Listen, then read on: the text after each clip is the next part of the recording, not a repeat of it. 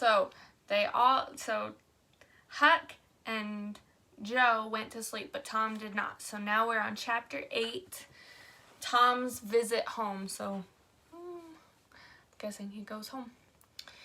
Tom waited to make sure Huck and Joe were fast asleep. When he was absolutely sure, he tiptoed cautiously among the trees until he was out of hearing. Then he ran straight for the raft on shore. By 10 o'clock, he was back in town. He flew along the streets and alleys and shortly found himself at his aunt's back fence.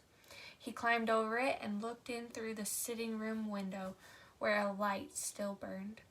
Seeing no one inside, Tom went to the door and softly lifted the latch.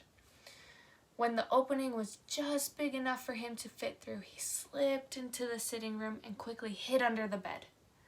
From his hiding place, Tom could see 2 people enter the room, and he could hear Aunt Polly talking.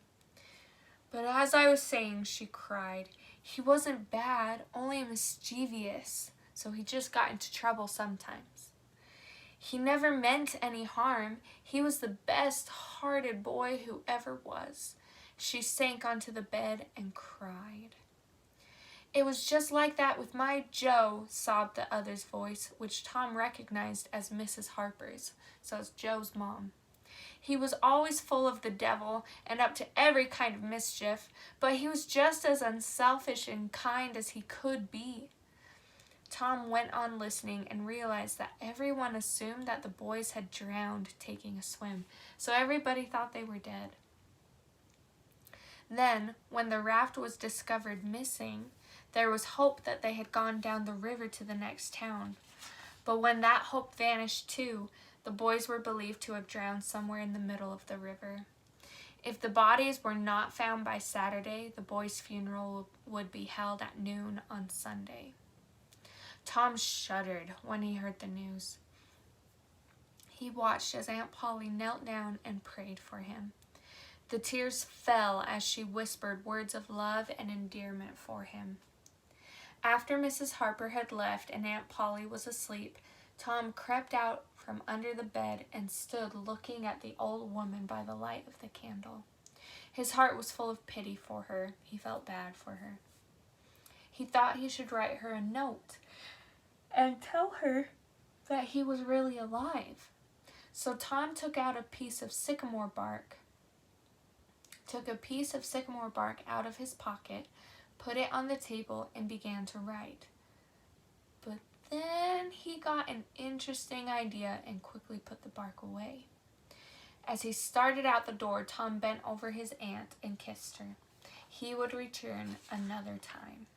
Well, that was a short chapter. Okay, so I haven't been giving you a whole lot of evidence because I want you to find evidence and things that are interesting about these characters. But for this chapter, something that makes Aunt Polly interesting.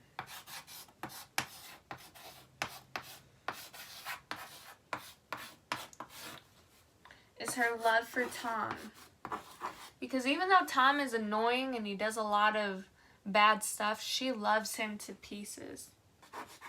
So I'm going to write loves Tom. Okay? And we'll do page 96.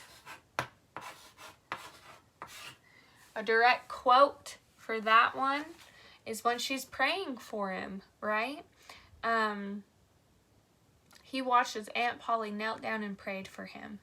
The tears fell as she whispered words of love and endearment for him. So that shows her love for Tom. Okay? I think that makes her an interesting character.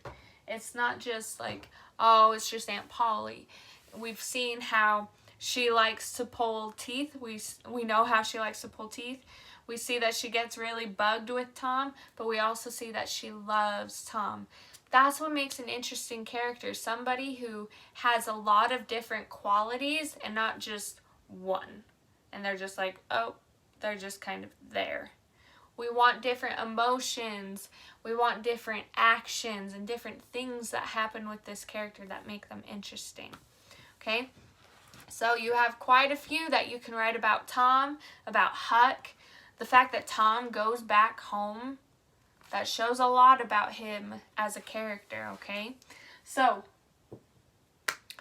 make sure to write these down on your paper of characters and like what makes them interesting, and remember to find 3 direct quotes that make a character or certain or other characters interesting, okay? You don't have to just do one character.